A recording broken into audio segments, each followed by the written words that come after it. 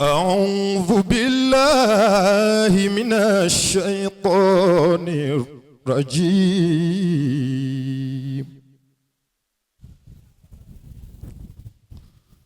بسم الله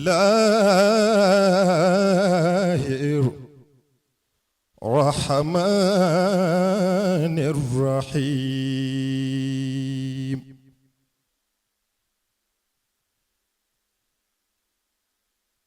قل إنما العلم عند الله وإنما أنا نذير مبين.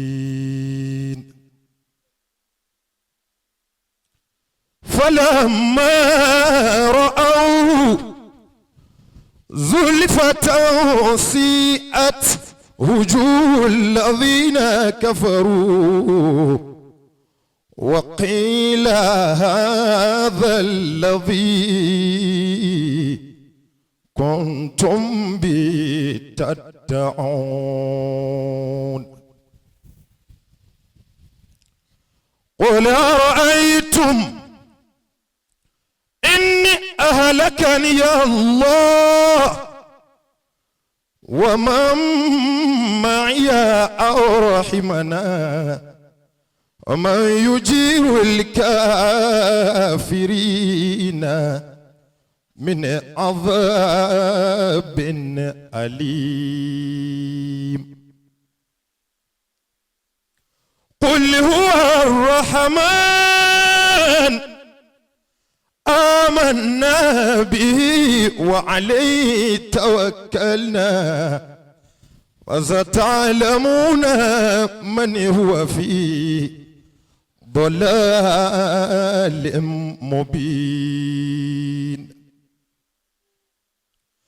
قل أرأيتم إني أصب ماؤكم غورا فمن يأتيكم بماء معين فمن يأتيكم بماء معين. صدق الله العظيم. فمن يأتيكم بماء معين. قبال القرآن جاكين يقاري لبلو الله رب العالمين. ó dàbí ìgbà téèyàn bá ń ka súrà tó parí mo fẹ́ kẹ́ni kejì ó ké ni kí wọ́n wá jọ sóríire papọ̀ ó ní alaysa Allahu bí akamil hakimi àwọn àgbàlagbà wọn wà ní bàlá àyíbẹ̀kọ́ ni Abu Abubakar bàbá mọ́mọ́ àgbà wọn ti ṣàdúà wọ́n ní gbogbo àwọn ọmọ tí ń tẹ̀lé mi mo ti kéré mọ́ yìí wọ́n ní wọ́n ń bọ̀ ní wọ́n ní wọn ò tí ì dé